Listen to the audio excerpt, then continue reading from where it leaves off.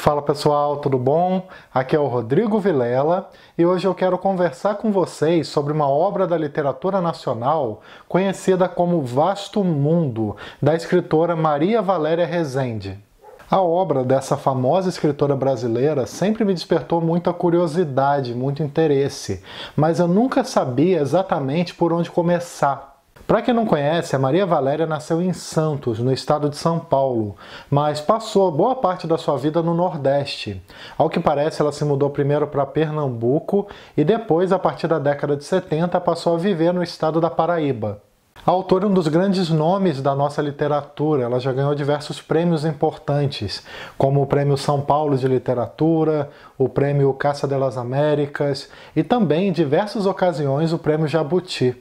Tem vários livros dela que eu tenho vontade de ler e alguns eu até coloquei na minha lista de leituras futuras, como, por exemplo, O Voo da Guará Vermelha, o Carta à Rainha Louca e também um conhecido como 40 Dias. Só que, por conta de uma dica, eu acabei me interessando ainda mais por um outro título dessa autora, exatamente esse que nós vamos conversar hoje, um livro de contos chamado Vasto Mundo, que apresenta histórias ambientadas numa pequena cidade fictícia do interior da Paraíba. A indicação, no caso, veio da minha esposa, Luíse, que é paraibana, ela nasceu em João Pessoa. E ela também, por ser muito apaixonada pela cultura do Nordeste e por coisas que falam sobre esse universo, sempre está me indicando conteúdos de lá.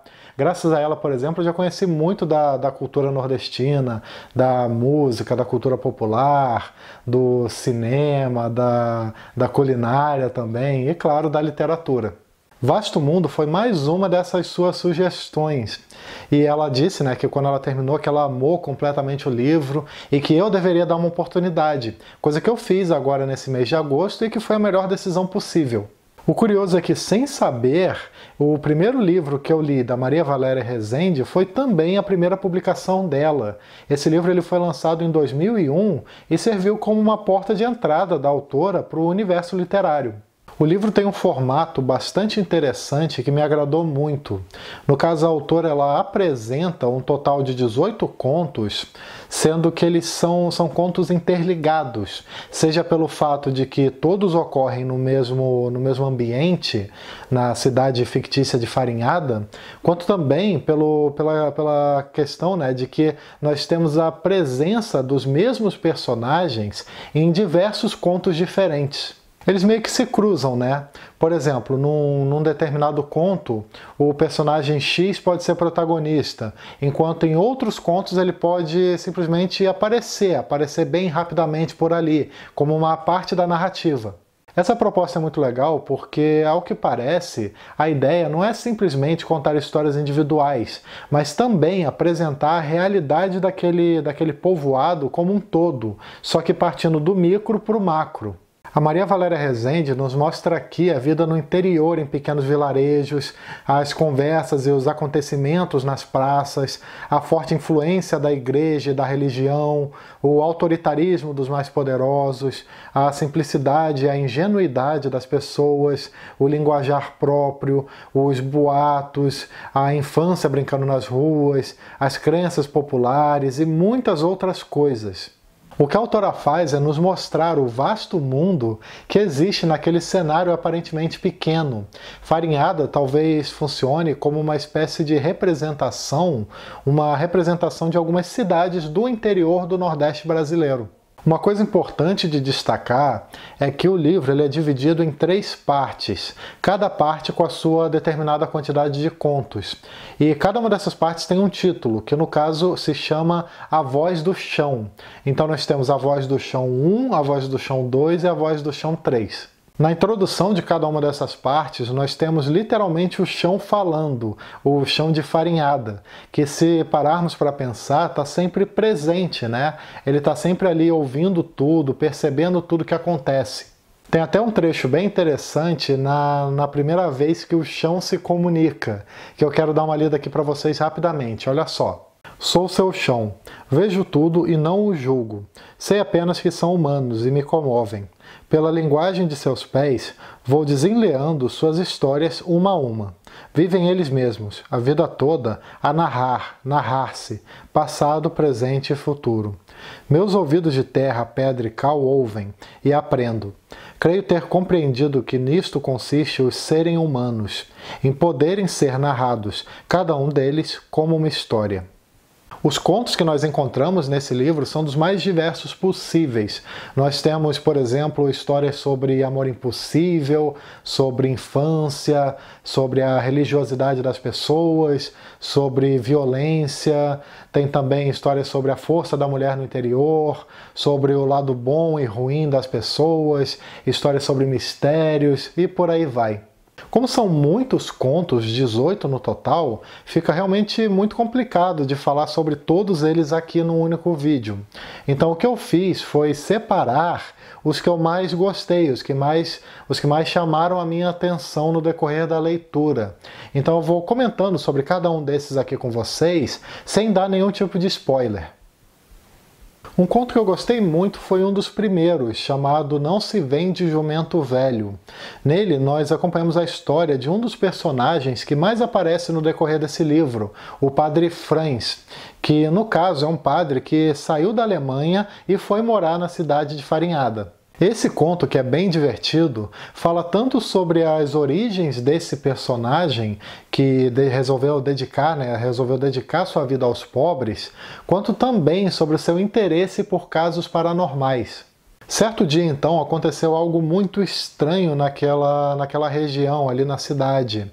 Coisa que o padre resolveu sair para verificar, sair para investigar, mas que acabou colocando ele numa situação muito delicada.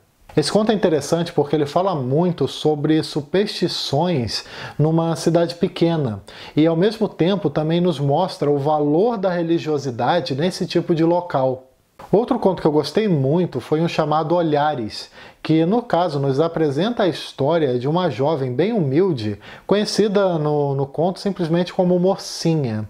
Ela trabalha numa padaria e tem a característica de não ter nenhuma vaidade, ela não se importa nem um pouco em se arrumar, em se embelezar. Só que num determinado dia ela estava ali parada na praça assistindo um comício, quando ela percebeu que tinha um homem por ali que estava piscando para ela. E ele não parava de piscar, ele piscava com uma certa frequência na direção dela, o que começou a mexer com a imaginação dessa personagem. Nós vemos no decorrer do conto a forma então como Mocinha vai alterando a sua personalidade por conta do interesse que ela acabou despertando por aquele rapaz. Esse é um conto muito sobre a forma como interpretamos o mundo ao nosso redor, sobre amor à primeira vista, sobre autoestima e coisas assim. Mais um conto que eu gostei bastante foi um chamado O Tempo em que Dona Eulália Foi Feliz.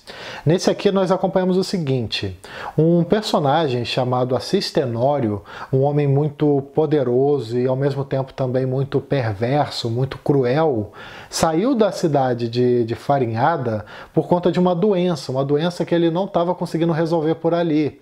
Então ele teve que sair daquela região em busca de tratamento.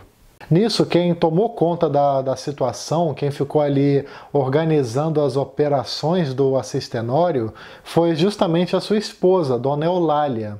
Sendo que o Assis Tenório ele era muito conhecido por chantagear as pessoas, por agir de forma violenta quando elas não correspondiam àquilo que ele queria.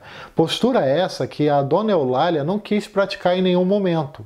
Ela, na ausência do marido, começou a tratar bem a população de Farinhada, sem cometer nenhum tipo de maldade, inclusive dando oportunidades para aquelas pessoas.